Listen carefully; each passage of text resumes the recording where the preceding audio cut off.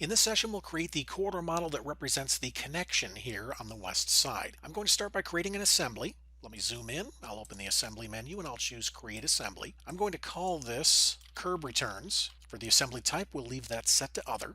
I'll click OK, and then I'll click to place the assembly on screen. Next, I'll add some content to the assembly. I'll do that by selecting the assembly. I'll click to open the tool palette, and then I'm going to add a type F curb and gutter. I'm going to right click on the palette name and I'll come down to FDOT subassemblies. We'll go to the curb and gutter tab and I'll choose FDOT type F curb. I'm going to place this on the right side. Let me open up the properties palette and we'll make sure that it's looking at the right. I will then click the insertion marker to place that, and I'll press escape.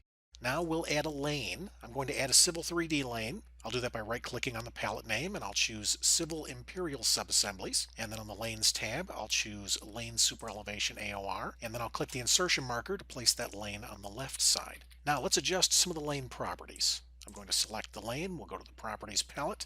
I'll drag this down. We'll change the pavement thicknesses. Pave 1 depth is 0.125, Pave 2 depth is 0.125, base depth is 0.5, and sub-base depth is 0.333. I am not going to be using the potential pivots, so I'll turn those off. Let me drag this to the top, and we'll give this lane a logical name. I'll call this Return Lane, and then I'll press Escape to deselect. Let me zoom out just a little bit.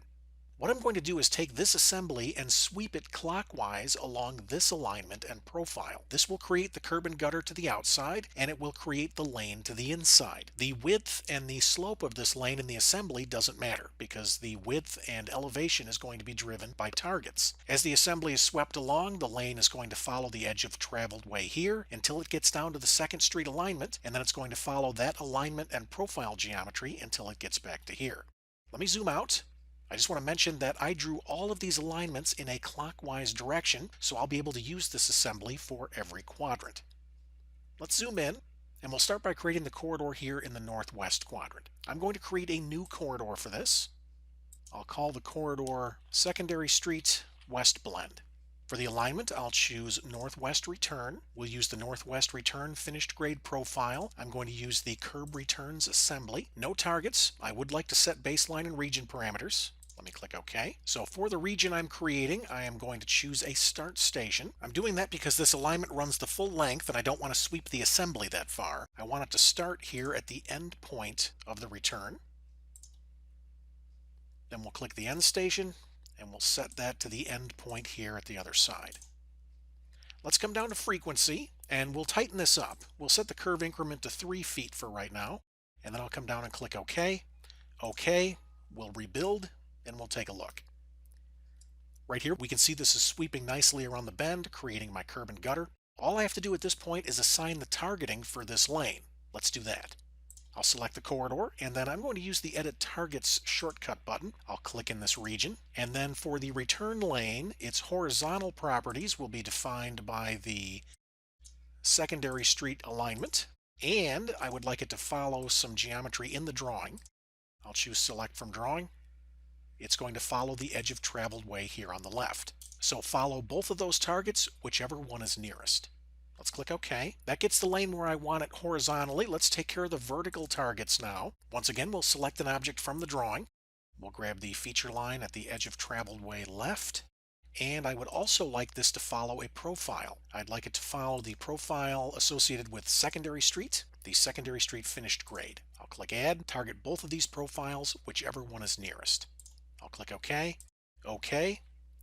I'll press Escape and we'll back up. That looks really good. Let me zoom in. If we get really close, we can see that it would be nice if I had another assembly insertion right here. Unfortunately, I don't have an object snap there, but I can get one pretty close. I'm going to select the corridor, and then I'll click the Edit Corridor Frequencies button. I'll click inside the region, and then we'll just add an insertion close to this corner. There we go. I'll press Enter, and then I'll click OK. Let's zoom out. I'll do a quick regen. This looks good. Next, we'll create the corridor for the southwest return. I'm just going to add this baseline to the corridor we just made. I'll select the corridor and go to Corridor Properties. Here on the Parameters tab, I can see my current baseline and region. I'm going to add a baseline. We will add the southwest return. I'll click OK. Remember that a baseline is defined horizontally and vertically, so let's assign a profile. We'll choose the Southwest Return Finished Grade Profile. I'll click OK. Now we'll add a region. I'll right-click on the baseline and choose Add Region. It's going to use the Curb Returns Assembly. Let's expand this. I will then choose the Start and End Station. Since this is traveling clockwise, my start station will be here at the end points. And then the end station will be here at the southernmost end point. Let's adjust the frequency. I'll set this to 3 feet for the curve increment. I'll click OK. I will then go to the target column. Let's assign the horizontal properties of the lane. First, it's going to target an object in the drawing. This lane will target the edge of traveled way left. It is also going to target an alignment. That will be the secondary street center line alignment, whichever one's nearest. Now we'll take care of the elevation. I would like to target the profile associated with secondary street. It's the secondary street finished grade profile. I would also like to target an entity in the drawing. I will select that entity and we'll choose the edge of traveled way here on the left. So as this sweeps around the corner, it's going to target horizontally and vertically this edge and this one. Let's press enter. I'll click OK and OK. OK, we'll rebuild. Let's zoom in and take a look. This is really good, with the exception we've just got to add one more frequency insertion. Let me select the corridor. I'll choose Edit Corridor Frequencies. I'll click inside the new region, and we will add an insertion at the end point of this other custom insertion we just made. I'll click OK when finished. Let's back up and take a look. Finally, I'm going to select this corridor and we'll view it in the object viewer.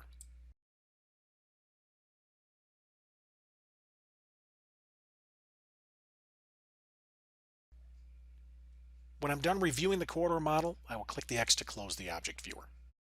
In our next session, we'll build out the corridor model here that represents the connection on the east side of Primary Street.